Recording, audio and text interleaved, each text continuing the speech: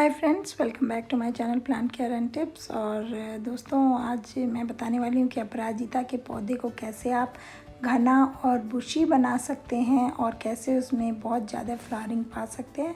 तो ये देखिए, ये अपराजिता का पौधा जिसमें कि कितने सारे फ्लावर्स आ रखे हैं और इसमें मेरे पास कई तरह के कलर हैं। वाइट भी है, लाइट पर्पल कलर का भी है। तो अपराजिता को आप दो तरह से ग्रो कर सकते हैं। एक तो उसको बुश की तरह, जैसे कि इस वाले पॉट में, और एक आप इसको बेल की तरह भी चढ़ा सकते हैं।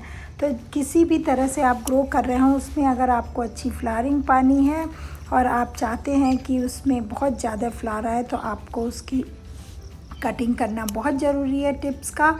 अगर आप ऐसा नहीं करेंगे तो आपका प्लांट सिर्फ लंबाई में बढ़ता चला जाएगा और उसमें फ्लावरिंग जल्दी नहीं होगी। तो आप उसको बेल की तरह ग्रो कर रहे हैं या फिर आप उसको बुशी लुक देना चाहते हैं, तो दोनों ही केस में आप इसकी कटिंग करते रहिए खूब अच्छे से। प्रूनिंग जिसको कि बोलते हैं, आप में इसकी टिप्स को, जो भी नई ब्रांचेस आ रही हों उनको आप कट करते जाइए। तो जिससे क्या होगा कि वो साइड से और उसमें नई ब्रांचेस आएंगी और आपका प्लांट जो है वो बुशी होगा। और तो इस तरह से कट करके आप अपने प्लांट को एक बहुत अच्छी सी शेप दे सकते हैं और जिससे कि वो उस पर जब फ्लावरिंग होगी तो वो बहुत बढ़िया सा लुक उसमें आएगा।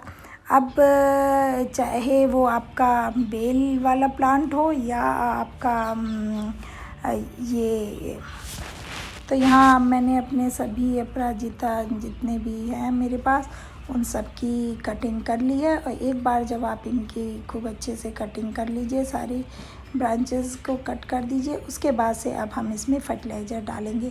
तो आज मैं आपको दोनों तरह की फर्टिलाइज़र दिखाऊंगी कि आपने, अगर आप केमिकल फर्टिलाइज़र देना चाहते हैं तो वो कैसे दें, और अगर आप ऑर्गेनिक मैन्योर डालना चाहते हैं अपने प्लांट में तो वो कैसे दें, जिससे कि इसमें जो फ्लावरिंग है वो बहुत भर के आएगी और आपका प्लांट पूरा फूलों से भर जाएगा।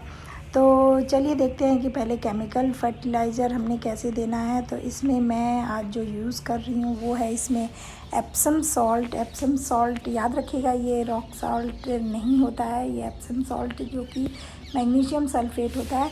इसको आप पानी में, 1 लीटर पानी में 1 चम्मच डिज़ोल्व करके आप लीव्स पे स्प्रे भी कर सकते हैं, या आप चाहें तो डायरेक्ट इसको प्लांट की, अपनी में जो प्लांट है उसकी सॉइल में भी डाल सकते हैं। लेकिन याद रखिएगा, इसको हमेशा जड़ से दूर रखिएगा, पौधे की स्टेम से दूर रखिएगा, एजेस के पास में दीजिएगा। और दूसरा जो हम ऑर्गेनिक मैन्योर देने वाले हैं, ये देखिए, इसमें ये वर्मी कंपोस्ट है और ये नीम खली है।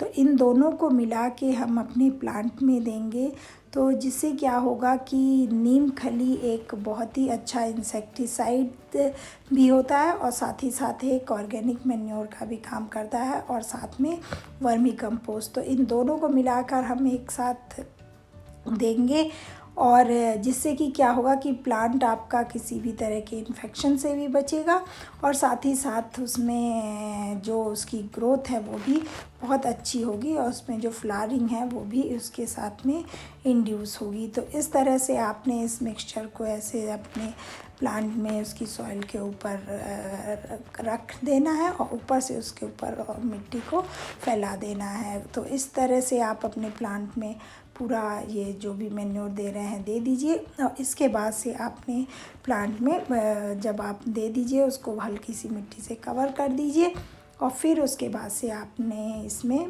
पानी दे देना है। कभी भी कोई भी खाद दे, चाहे केमिकल हो या ऑर्गेनिक हो, तो उसके बाद से अपने प्लांट को पानी ज़रूर से दें उसमें, जिससे कि वो डिज़ोल्व होके और अच्छे से प्लांट की रूट तक पहुँचे और प्लांट उसको एब्जॉर्ब कर पाए।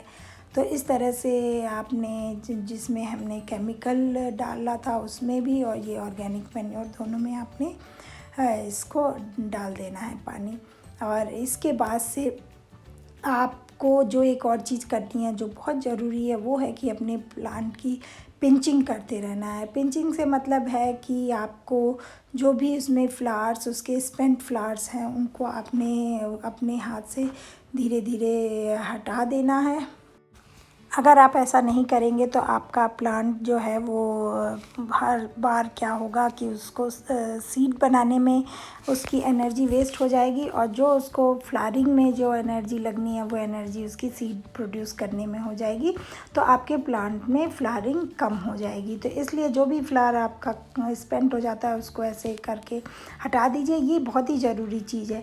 बीज के लिए आप चाहें तो एक दो वो छोड़ सकते हैं, क्योंकि बीज अगर आपको लगता है कि आपको अपने प्लांट के बीज चाहिए तो आप सीड पॉट्स एक दो छोड़ दीजिए, लेकिन ये ना हो कि हर फ्लावर को आप छोड़ देंगे तो वो हर फ्लावर ही सीड पॉट में बदलने लगेगा। तो इस तरह से आप एक दो छोड़ दीजिए और बाकी के आप हटा दीजिए।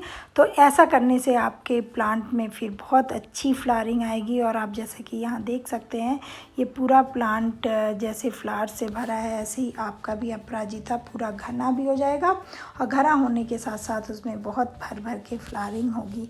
तो दोस्तों, अगर वीडियो पसंद आया हो तो वीडियो को लाइक कर दीजिएगा, और चैनल पर पहली बार आए हो तो सब्सक्राइब करना मत भूलिएगा। Thank you for watching plant care and tips.